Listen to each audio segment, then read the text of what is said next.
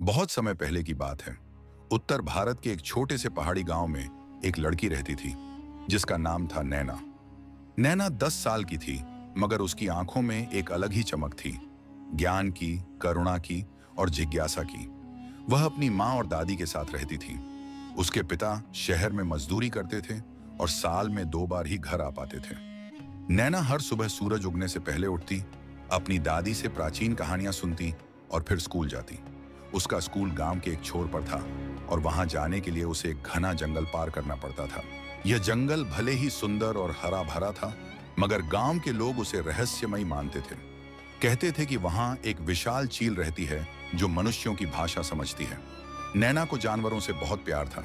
वह अक्सर रास्ते में पंछियों से बात करने की कोशिश करती, पेड़ों से लिपट जाती और चींटियों तक को ध्यान से देखती। एक दिन स्कूल से लौटते समय वह एक पेड़ के नीचे बैठकर अपना टिफिन खा रही थी। तभी एक भारी परछाई उस पर पड़ी। उसने ऊपर देखा तो एक विशाल चील हवा में मंडरा रही थी। अचानक वह चील झपट कर नीचे आई और उसके पास की चट्टान पर बैठ गई। नैना घबराई नहीं। उसने चील की आंखों में देखा और मुस्कुराई।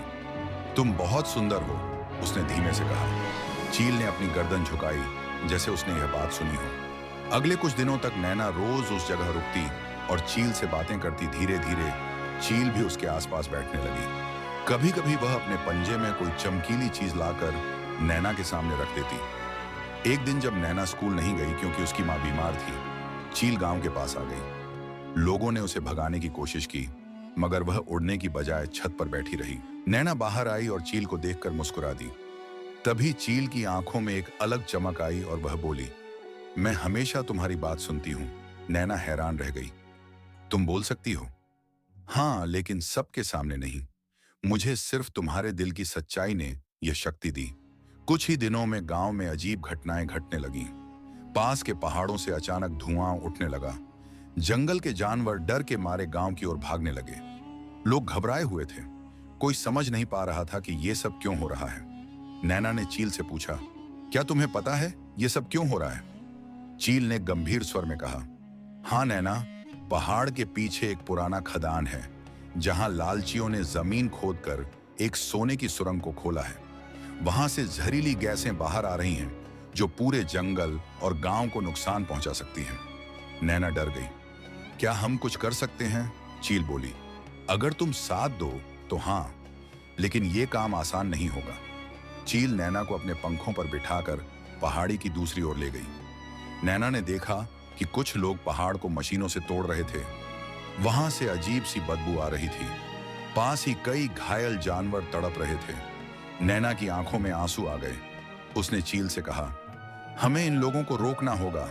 चील बोली, अगर तुम गांव वालों को सच बताओगी तो शायद वे भी साथ दें। नैना गांव लौटी और पंचायत में सबके सामने खड़ी हो गई।